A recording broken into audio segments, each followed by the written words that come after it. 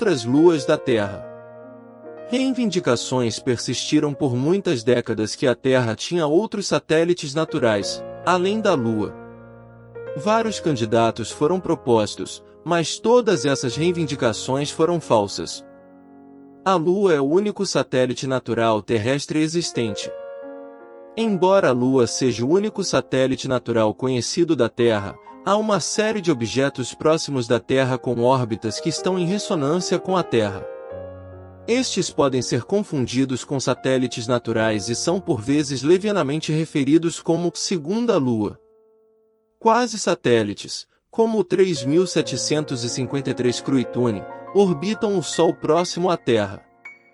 Asteroides troianos da Terra, como o 2010 TK7, seguem o mesmo caminho orbital da Terra, seja à direita ou esquerda, nas proximidades dos pontos de Lagrange e Terra-Sol.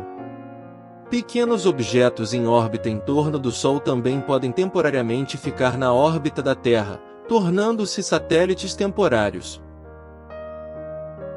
Lua de Petit. A primeira alegação principal de outra lua da Terra foi feita pelo astrônomo francês Frédéric Petit, diretor do Observatório de Toulouse, que em 1846 anunciou que havia descoberto uma segunda lua em uma órbita elíptica em torno da Terra.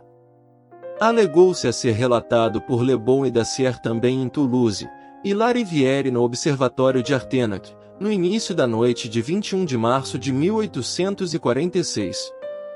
Petit propôs que esta segunda lua tinha uma órbita elíptica, com um período de 2 horas e 44 minutos, com 3.570 km de apogeu e 11,4 km de perigeu.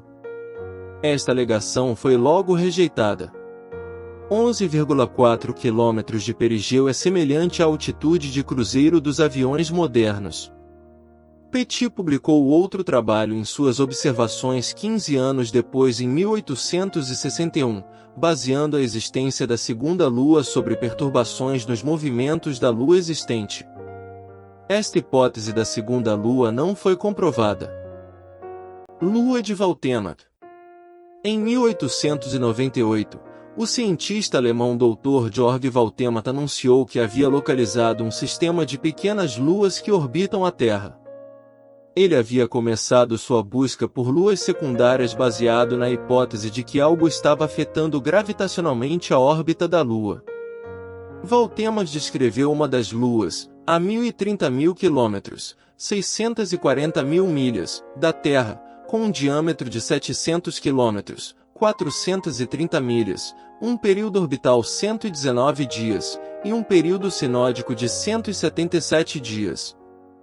Ele também disse que a suposta Lua não refletia a luz solar suficientemente para ser observada sem um telescópio, a não ser vista em certos momentos, e fez várias previsões sobre quando ela iria aparecer.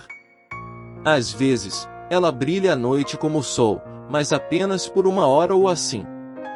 No entanto, após o fracasso de uma observação das luas, esses objetos foram desacreditados. Especialmente uma previsão que seriam observáveis em fevereiro de 1898. Valdemar propôs mais luas, de acordo com uma menção na edição de agosto de 1898 da revista Science. A terceira lua estava mais perto do que a primeira, tinha 746 km, 464 milhas, de diâmetro, e ele chamou-lhe Valafter un Magnet Monde. Outras reivindicações. Em 1918, o astrólogo Walter Gornold, também conhecido como Cefarial, afirmou ter confirmado a existência da Lua de Valdemar. Ele a chamou de Lilith. Cefarial alegou que Lilith era uma lua escura, invisível na maior parte do tempo, mas ele alegou ter visto ela cruzando o Sol. Em 1926, a revista científica Das CERN publicou os resultados do astrônomo amador alemão W. Spiel, que afirmou ter visto com sucesso uma segunda lua orbitando a Terra. No final da década de 60, John Barbie alegou ter observado mais de 10 pequenos satélites naturais da Terra, mas isso não foi confirmado. Em 2011, Os cientistas planetários Eric Asfalg e Martin Jutzi propuseram um modelo em que uma segunda Lua teria existido no passado, muito antes da Lua, quase satélites e troianos. Apesar de nenhum outro satélite terrestre ter sido encontrado até agora, existem vários tipos de objetos próximo à Terra, conhecidos como quasi-satélites. Quasi-satélites orbitam o Sol a partir da mesma distância que um planeta, ao invés do próprio planeta. Suas órbitas são instáveis, e vão cair em ressonância ou cairão em outras órbitas ao longo de milhares de anos. Os quasi-satélites da Terra incluem, 2010 só 16, 2002 a 29 e o Cruitune 3753. Cruitune, descoberto em 1986, orbita o Sol em uma órbita elíptica, mas parece ter uma órbita em ferradura, quando visto da Terra. Cruitune foi apelidado de segunda lua da Terra. A principal diferença entre um satélite e um quasi-satélite é que a órbita de um satélite natural da Terra é fundamentalmente dependente da gravidade do sistema Terra-Lua, enquanto que a órbita de um quasi-satélite não orbita a Terra, apenas tem uma órbita semelhante a ela. A Terra possui asteroides troianos, que são asteroides que orbitam um planeta e que nunca colide com ele. O objeto 2010 TK7 tem cerca de 300 metros de comprimento. Satélites temporários. Modelos de computador criados pelos astrofísicos Michael Granvik, Jeremy Valbailon e Robert G. Dick, da Universidade de Cornell, sugerem que satélites temporários devem ser bastante comuns, e que em um determinado momento, deve haver pelo menos um satélite natural da Terra de diâmetro de 1 metro orbitando a Terra. Tais objetos permaneceriam em órbita por 10 meses, em média, antes de retornar à órbita solar, uma vez mais, e assim fariam alvos relativamente fáceis para exploração espacial tripulada.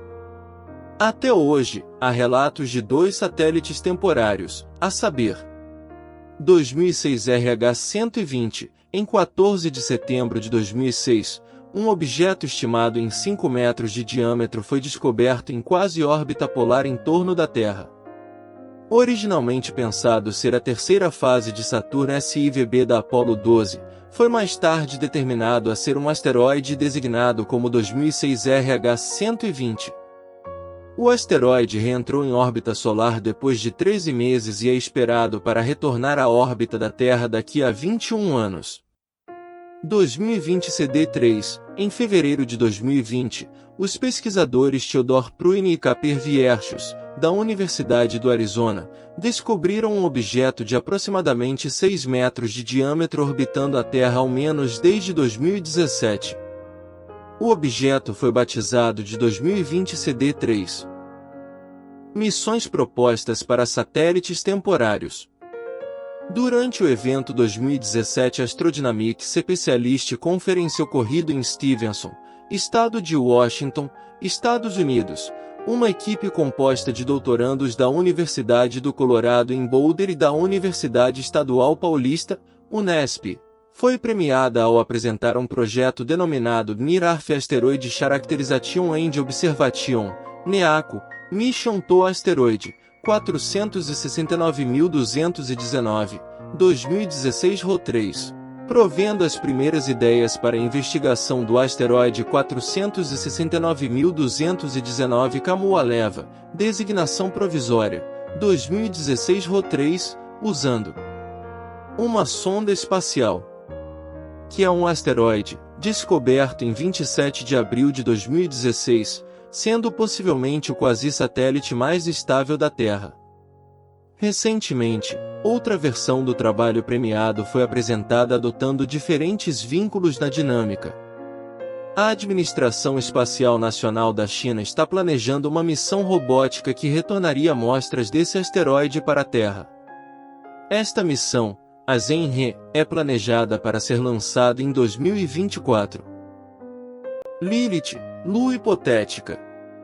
Lilith é o nome dado a uma hipotética segunda lua da Terra, sobre a mesma massa que a lua da Terra, proposto pelo astrólogo Walter Gornold, Cefarial, em 1918. Gurnald tomou o nome de Lilith da lenda medieval judaica, onde ela é descrita como a primeira esposa de Adão.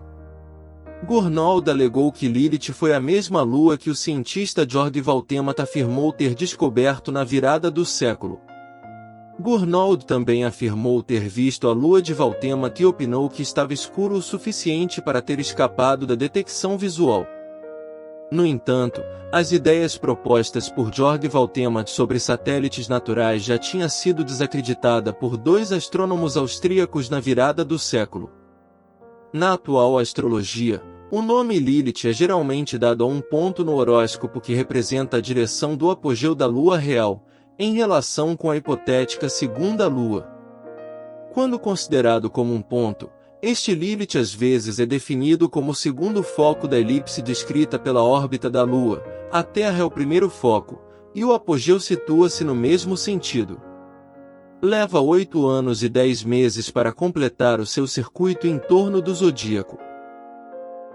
No próximo episódio, Vida, o que sabemos sobre o seu surgimento? Vamos entrar no ramo da filosofia, medicina e também astronomia e tentar descobrir se a vida veio do espaço. Até nosso próximo episódio. Se inscreva e fique por dentro de mais notícias, e também de nossos episódios sobre o universo. Obrigado por assistirem.